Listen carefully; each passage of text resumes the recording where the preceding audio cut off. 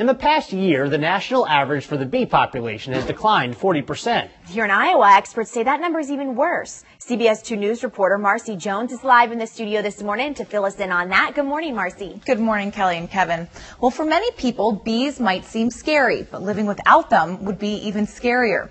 Bees are vital to our existence, and as one West Burlington beekeeper shows us, during this crisis, there's much more at stake than just honey.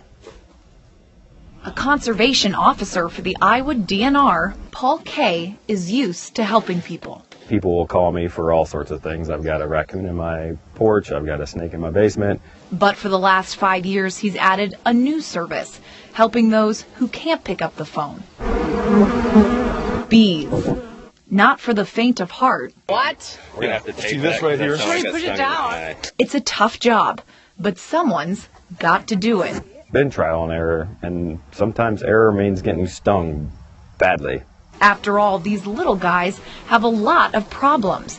Within the past year, about 60% of the honeybee colonies in Iowa and Illinois have died. Partly due to a natural phenomenon called colony collapse disorder, but also because humans aren't making it easy to survive. If you spray something to kill insects, it's going to kill bees. As a community, we just need to probably live a little more natural instead of trying to spray everything, make everything look like a golf course all the time. As much as they need our help, we need theirs as well. It's estimated that about 30% of the food we consume is grown using honeybees for pollination. Many nuts, berries, fruits, and vegetables wouldn't exist if it weren't for them. In the U.S., there would be no almonds, 0 almonds if bees did not pollinate them. Urging everyone to get back to basics, Paul says he hopes to smoke out the truth.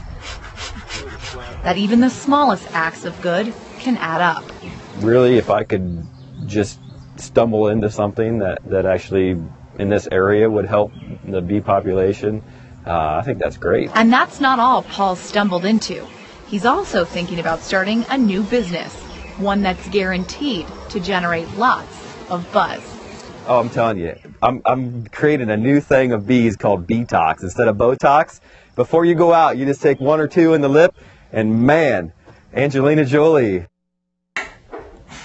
Just 3 weeks ago, the federal government announced a plan to help the bee crisis. It includes increased funds for research into CCD and preservation of 7 million acres of habitat for bees, butterflies, and other insects, with the hopes to bolster the population of pollinators that are critical to the U.S. food crops. And if you didn't get a good look at us, we are going to show you our bee.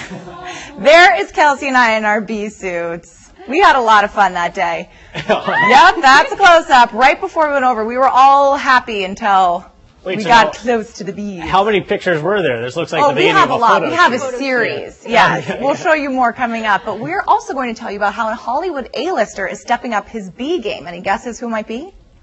I was going to say Matthew McConaughey. He does get into a lot of things, but bees not one of them. Okay, but it's a good one, I promise. Okay. All right, can't wait. Man, a bee suit never looked so good. Aw, thanks, girl. Well, thanks for joining us.